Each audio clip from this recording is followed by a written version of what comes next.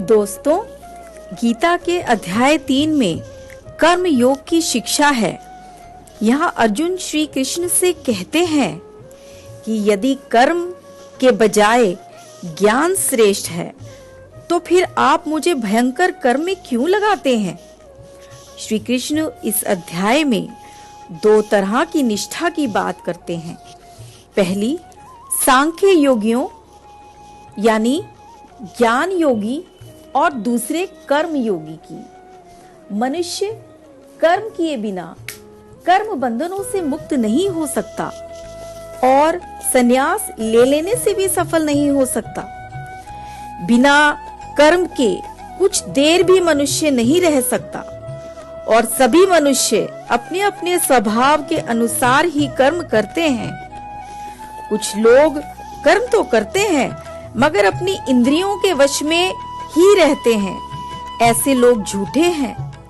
मगर जो लोग अपनी इंद्रियों को वश में करके बिना किसी फल की इच्छा के कर्म करते हैं वे अति उत्तम होते हैं। ऐसे ही लोग परमात्मा को पा लेते हैं।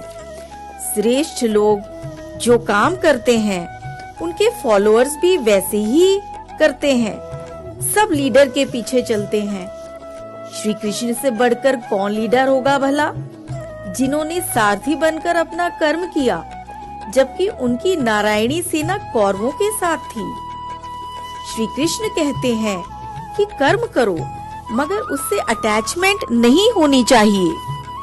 किसी व्यक्ति में जैसे गुण होते हैं उससे वैसा ही कर्म करवाते हैं।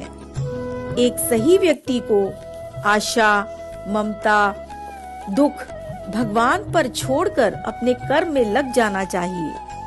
कुछ लोग ऐसे भी होते हैं जो घमंड करके ये सोचते हैं कि सब वे ही कर रहे हैं, तो ऐसे मूर्ख लोगों से दूर ही रहना चाहिए।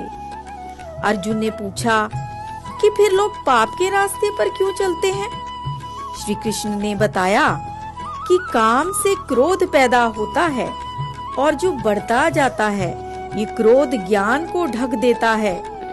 काम, क्रोध, मद, लोभ, मोह को कंट्रोल करना, नियंत्रित करना बहुत जरूरी है।